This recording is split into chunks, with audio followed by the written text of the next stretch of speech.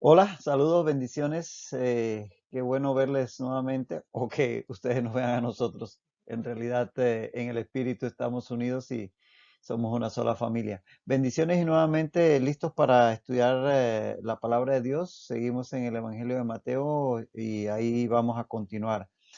Padre, gracias te damos por la oportunidad de conocerte y Señor y de conocer tu palabra y que tu Espíritu Santo nos guíe a través de ella, Señor. En esta hora, Señor, dedicamos este tiempo para que seas tú, Señor, quien nos hable y nos enseñe y que podamos vivir conforme a tu voluntad. En el nombre de Jesús. Amén y amén. Seguíamos en Mateo capítulo 8. Ya habíamos comenzado a estudiar este pasaje que va desde el versículo 14 al 17. La primera parte ya la habíamos visto y ahora vamos a ver la segunda parte, pero leamos todo el pasaje. Dice, vino Jesús a casa de Pedro y vio a la suegra de éste postrada en cama con fiebre. Y tocó su mano, y la fiebre la dejó, y ella se levantó y les servía. Y cuando llegó la noche, trajeron a él muchos endemoniados, y con la palabra echó fuera a los demonios, y sanó a todos los enfermos, para que se cumpliese lo dicho por el profeta Isaías, cuando dijo, él mismo tomó nuestras enfermedades y llevó nuestras dolencias.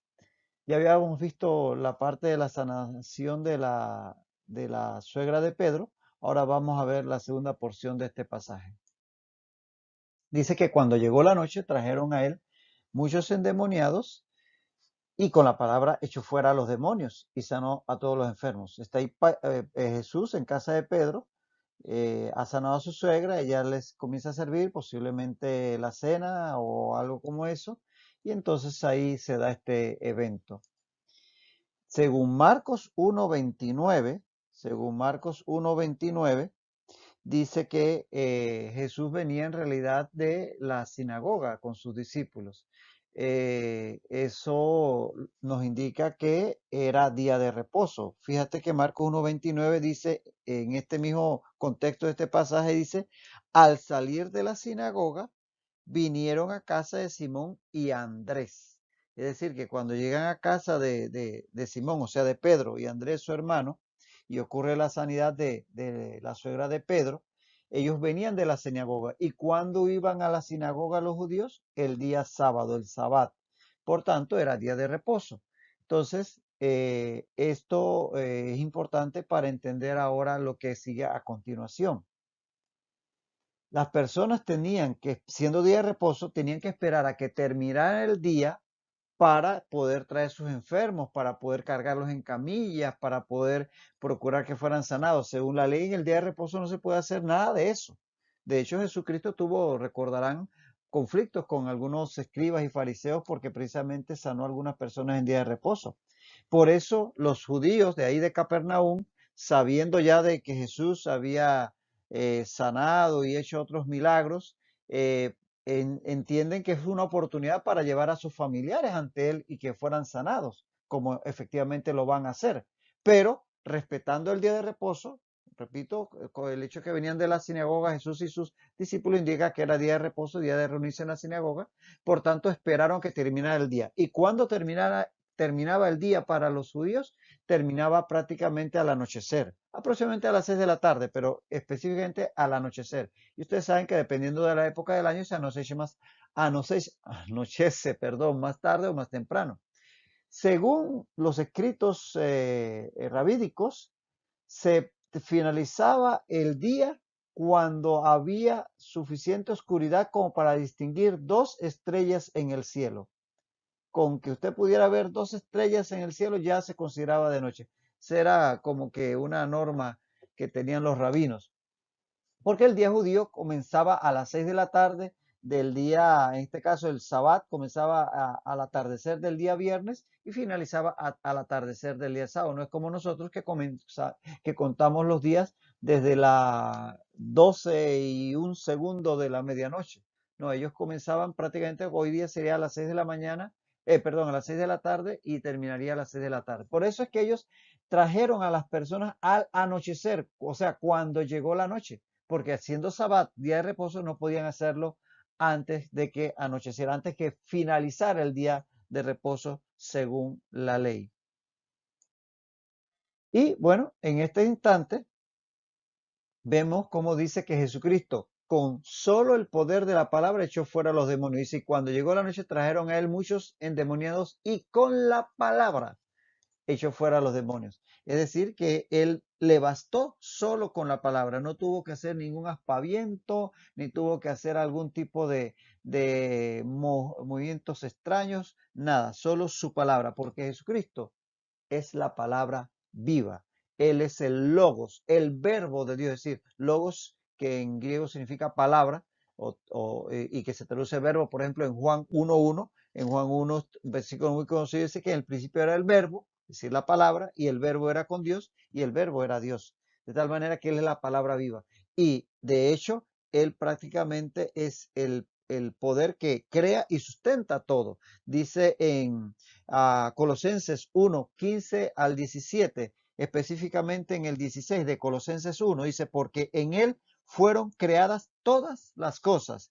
Y al final de ese versículo dice, todo fue creado por medio de él y por él. Y en el 17 dice, y él es antes de todas las cosas y todas las cosas en él subsisten. Así que siendo la palabra, Jesucristo la palabra viva y Dios habiendo creado todo por su palabra, es Jesucristo, el creador y el sustentador de todo, porque todo en él subsiste. Y con su sola palabra hace que todos sean libres de demonios. Y dice que sanó absolutamente a todos, lo dice, y sanó a todos los enfermos. Es decir, que no hubo enfermedad ni grande ni chica que él no sanase en esa hora. Y es que el Señor Jesús tiene todo poder y no importa cuál sea tu enfermedad, Él tiene el poder para sanar. De tal manera que allí no hay excepción para Él. Su poder es total en este sentido. Dice Mateo, para que se cumpliese lo dicho por el profeta Isaías, cuando dijo, Él mismo tomó nuestras enfermedades y llevó nuestras dolencias. Fíjate que interesante que cuando vas al texto original, eh, aquí Isaías está citando, aquí Mateo está citando a Isaías 53:4. Isaías 53:4, que lo vamos a leer a continuación, lo puedes buscar. Pero lo está citando en la versión original hebrea y no en la Septuaginta, la versión de los 70, que era la traducción del hebreo al griego que se había hecho 200 años antes de Cristo aproximadamente, que es la que usualmente se utiliza en los evangelios. Cuando los evangelistas citan textos del Antiguo Testamento, usualmente citan la Septuaginta, o sea, citan directamente de la traducción al griego. Pero en este caso, Mateo se fue directo al texto hebreo y lo traduce obviamente al griego, pero lo traduce directamente del hebreo. Y es como cita aquí a Isaías 53:4. Es interesante y probablemente tenga alguna importancia en lo que vamos a decir anteriormente. Isaías 53:4. Mateo, inspirado por el Espíritu Santo, ve en este episodio precisamente el cumplimiento de ese texto de Isaías 53:4. Dice, ciertamente, dice Isaías 53:4 en versión Reina Valera, ciertamente llevó él nuestras enfermedades y sufrió nuestros dolores. Y nosotros le tuvimos por azotado, por herido de Dios y abatido. Entonces, según este texto, Jesucristo, al sufrir el castigo por nuestros pecados, al redimirnos en la cruz del Calvario, eso paga el precio por nuestro pecado, nos permite entonces o permite que su justicia nos sea imputada cuando creemos en Él y recibimos ese pago a favor nuestro, pero implícito en esto estarían el pago por también por las consecuencias del pecado, porque al cargar sobre sí el castigo por el pecado del mundo, el Hijo de Dios estaría pagando el precio por el mismo, o sea, por el pecado y por todas sus consecuencias, entre ellas las enfermedades, porque sabemos que por el pecado entró la muerte, lo dice Romanos. Tanto, obviamente, que el pecado trajo consigo todas estas consecuencias, las enfermedades y la muerte. Y si el Señor Jesucristo paga por el precio del pecado, va con ello a pagar por el precio de sus consecuencias. Y es de allí de donde podemos sustentar la sanidad divina en el nombre de Jesús, que podemos orar por nuestras enfermedades y esperar que en base a los sacrificios de Jesucristo podamos ser sanos. Pues bien, esto no todas las denominaciones lo entienden así. Para algunos se refiere sencillamente a las enfermedades espirituales, que es sencillamente el pecado. Pero muchos sí, teólogos y muchas denominaciones aceptamos, muchos creyentes aceptamos que se trata de la posibilidad de ser sanado físicamente. Y este texto de Mateo que interpreta, inspirado por el Espíritu Santo, interpreta la profecía de Isaías 53:4 como aplicable a la sanidad de enfermedades físicas, como fueron las personas que fueron sanadas ese día en casa de Pedro, y fueron multitudes, tanto de enfermedades físicas, dolencias, como dice ahí, como de posesiones demoníacas. Esa aplicación que hace Mateo, esa interpretación inspirado por el Espíritu Santo, sustenta la correcta interpretación en cuanto al pasaje de Isaías 53:4 que se refiere a enfermedades físicas, el tema de que el Señor Jesucristo sufrió nuestros dolores y llevó nuestras enfermedades. Hay versiones que, por ejemplo, como la Reina Valera 60, la Reina Valera actualizada, la NBI y la Biblia Lenguaje Actual, que en Isaías 53:4 traducen nuestras enfermedades, que es lo que entendemos nosotros. Hay versiones que son un poquito más, digamos, usan un término un poquito menos enfático, quizás influidas por las diferentes interpretaciones que se da ese pasaje que hemos mencionado. Y por ejemplo, Dios habla hoy, lo traduce nuestros sufrimientos, ahí en Isaías 53:4. Y la nueva traducción viviente, la NTV, lo traduce nuestras debilidades. Pero pensamos que en esto la traducción nuestras enfermedades, como vimos en varias versiones, no tiene nada de errado, sino que basado en esta interpretación que hace Mateo del pasaje de la sanidad de todas estas personas en casa de Pedro, podemos totalmente avalar que Isaías está siendo inspirado por Dios para hablar de la sanidad de enfermedades como consecuencia del haber Jesucristo pagado el precio por nuestros pecados. Y así llegamos entonces a, a Mateo 8, 18 al 22. Entonces, finalizando ese pasaje de la sanidad en casa de Pedro, que da pie, como decíamos, o sustento a la sanidad divina, que hoy día, en lo cual hoy día creemos, vamos entonces a lo que continúa. Y este pasaje de Mateo 8, 18 al 22, tienes que saber antes de entrar en él que no sigue cronológicamente al que acabamos de leer.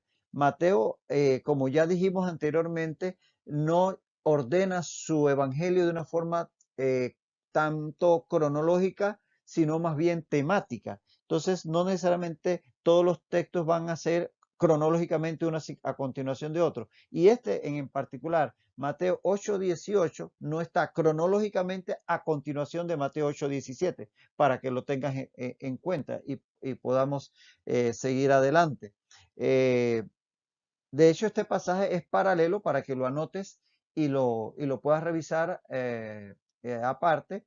Es paralelo con Lucas 9, 57 al 62. Lucas 9, 57 al 62 es paralelo con Mateo 8, 18 al 22. Dicho esto, leemos. Viéndose Jesús rodeado de mucha gente, mandó pasar al otro lado.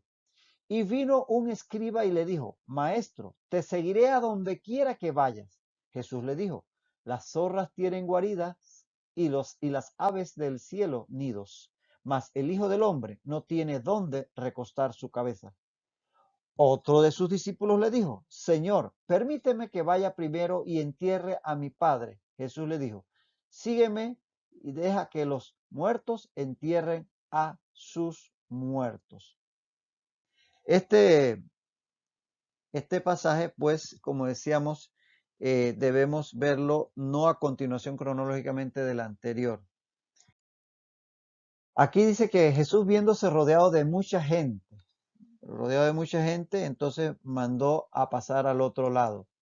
Jesús en su humanidad, recuerda, un concepto que tenemos que tener siempre claro, Jesús es 100% Dios y es 100% hombre. Eso no podemos soslayarlo en ningún momento. Así que Él es Dios, pero al hacerse hombre, sufre todas las debilidades físicas de los hombres. Claro, era un hombre muy sano, un hombre con mucha capacidad y mucha resistencia, pero hombre al fin. Él comía, él necesitaba tomar agua, él tenía necesidades fisiológicas, él sudaba, y se cansaba. Él se cansaba físicamente. Entonces tenía necesidad de descansar, al igual que sus discípulos. Fíjate, por ejemplo, en Mateo 8:24, que a continuación de este pasaje, él va a entrar al mar de Galilea y va a enfrentar la tempestad. Pero dice en Mateo 8:24, y he aquí se levantó en el mar una tempestad, pero él dormía. O sea que él en ese momento que está siendo abordado por tantas personas y está haciendo tantos milagros y después de todo un día de agotada administración y demás, él necesitaba descansar. Tanto así que entra a la barca y se acuesta y se duerme, a pesar de la tempestad que se levanta en medio del mar de Galilea, porque necesitaba descansar, porque era 100% hombre, a pesar de ser 100% Dios. Y en Marcos 6:31 hay un versículo muy emblemático sobre esto, donde dice, Marcos 6:31, Él les dijo, venid vosotros aparte a un lugar desierto y descansad un poco, porque eran muchos los que iban y venían, de manera que ni aún tenían tiempo para comer. Así que vemos que Jesucristo en su humanidad necesitaba descansar para resaltar, que es un concepto teológico fundamental, que Jesucristo es 100% Dios, pero 100% hombre. Y también otra razón para apartarse al otro lado era que él evitaba que las multitudes le proclamaran rey, porque en ese momento cuando las personas veían tantos milagros y tantas obras maravillosas hechas por el Señor, las personas decían, nada, este es el Mesías que nos va a libertar de los romanos. Y querían un Mesías terrenal, pero él no tenía ese plan. Su plan estaba diseñado en la eternidad para venir y morir por nuestros pecados. Y no quería saltarse pasos, evitarse el sufrimiento de la cruz. Tenía que predicar sus 3 años para que todo Israel lo conociera. E incluso cuando llegan hasta los gentiles las obras del Señor Jesucristo, entonces es que el que va a ir a Jerusalén para ser llevado al Calvario. Pero él no podía permitir que eso se adelantase. Por eso en algunos momentos él se apartaba cuando entendía que la multitud tenía estos intereses, como dice Juan 6:15. Juan 6:15 dice, pero entendiendo Jesús que iban a venir para apoderarse de él y hacerle rey, volvió a retirarse al monte solo. Por esos motivos él necesitaba retirarse, para descansar por un lado, pero en algunas ocasiones para evitar que la gente quisiera proclamarle rey terrenal. Y entonces ordena pasar a los discípulos pasar a la orilla de enfrente del mar de Galilea, a la región de Gadara. Eso es lo que en este momento él está diciéndole. Ellos están acá al norte del mar de Galilea, en Capernaum, en la orilla norte, y entonces él toman una barca y él les pide que crucen al otro lado, es decir, que crucen hasta el otro lado del mar, que está la región de Gadara. Aquí es donde van a encontrar a los gadarenos. Entonces, de aquí donde él les dice, pasemos al otro lado, les ordena prácticamente al otro lado del mar de Galilea. Dice, y vino un escriba y le dijo, maestro, te seguiré a donde quiera que vayas. Ahí cuando están a punto de embarcarse para cruzar el mar de Galilea, viene este escriba y le dice que le va a seguir a donde quiera que él vaya, porque vio que pues iba a algún lado, él no sabía dónde, pero él quería ir con ellos. Entonces, es interesante que el escriba, ustedes saben lo que eran los escribas, ¿no? Aquellos que transcribían la escritura y eran estudiosos de la misma y por tanto tal la transcripción se convertían en expertos en la misma. O sea que eran prácticamente maestros en Israel. Y el escriba entonces, siendo maestro para otros en Israel, le reconoce a Jesús el título de maestro. ¿No le parece interesante? Que este maestro le llama a Jesús maestro. Bueno, eso para tenerlo en cuenta. Ahora, este hombre, este escriba que está siguiendo a Jesús, nadie le ha dicho, ven, sígueme, porque no, pero sin que nadie se lo pidiese, él declara su decisión de seguir a Jesús. Es decir, él se aventó. Bueno, está bien, hay que ser sensible cuando el Espíritu Santo nos toca y que nos involucremos en la obra y demás.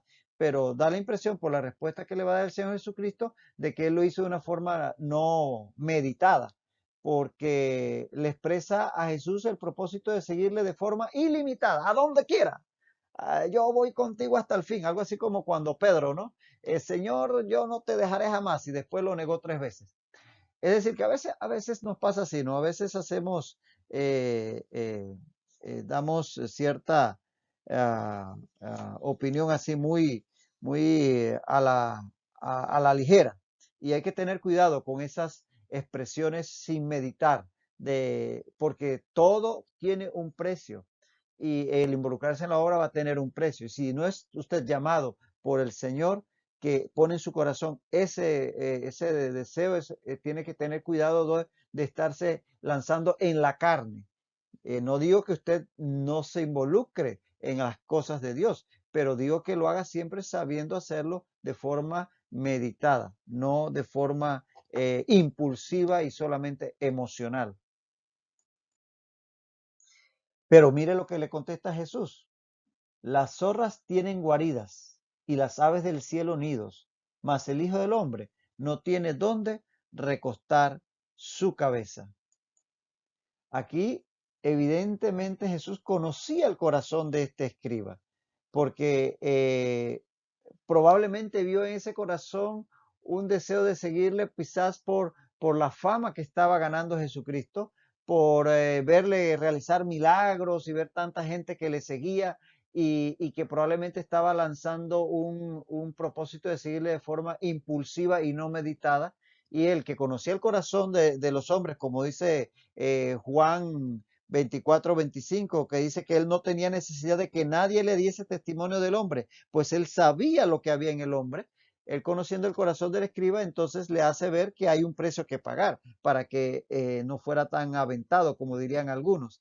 Entonces, es un tema de tener en consideración cuáles son las motivaciones por las cuales estoy siguiendo a Jesús. ¿Será porque me parece algo muy chévere, muy llamativo? Me gusta ver cómo se ve eso desde acá, la gente allá en el púlpito tocando y cantando, o de repente predicando o enseñando. Me gusta ese estilo, o será porque de verdad es el Señor que toca mi corazón y me motiva a servirle en algún área de la iglesia. Entonces, posiblemente algo de esto vio Jesús en el corazón del escriba que le da a entender que había un precio que pagar.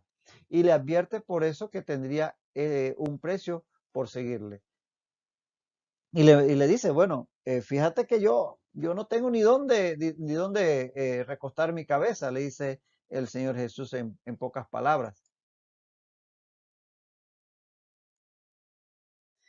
Hay aquí interesante, Jesucristo va a mostrar con esta expresión los sacrificios que él hizo por nosotros. Dice 2 Corintios 8:9, porque ya conocéis la gracia de nuestro Señor Jesucristo, que por amor a nosotros se hizo pobre, siendo rico, para que vosotros con su pobreza fueseis enriquecidos. ¿Lo ves?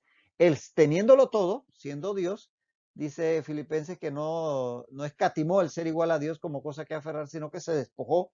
Entonces, siendo rico, se hizo pobre para que nosotros fuésemos enriquecidos por él. Entonces, esto nos da a entender los sacrificios que él hizo y por eso le dice a este escriba, él, mira, yo no tengo ni dónde dormir, no tengo nada prácticamente, literalmente. Y es que si tú ves, él nace en un establo porque no hubo lugar ni siquiera para él en el mesón. No hubo ni donde él pudiera nacer, así que tiene que nacer en un establo.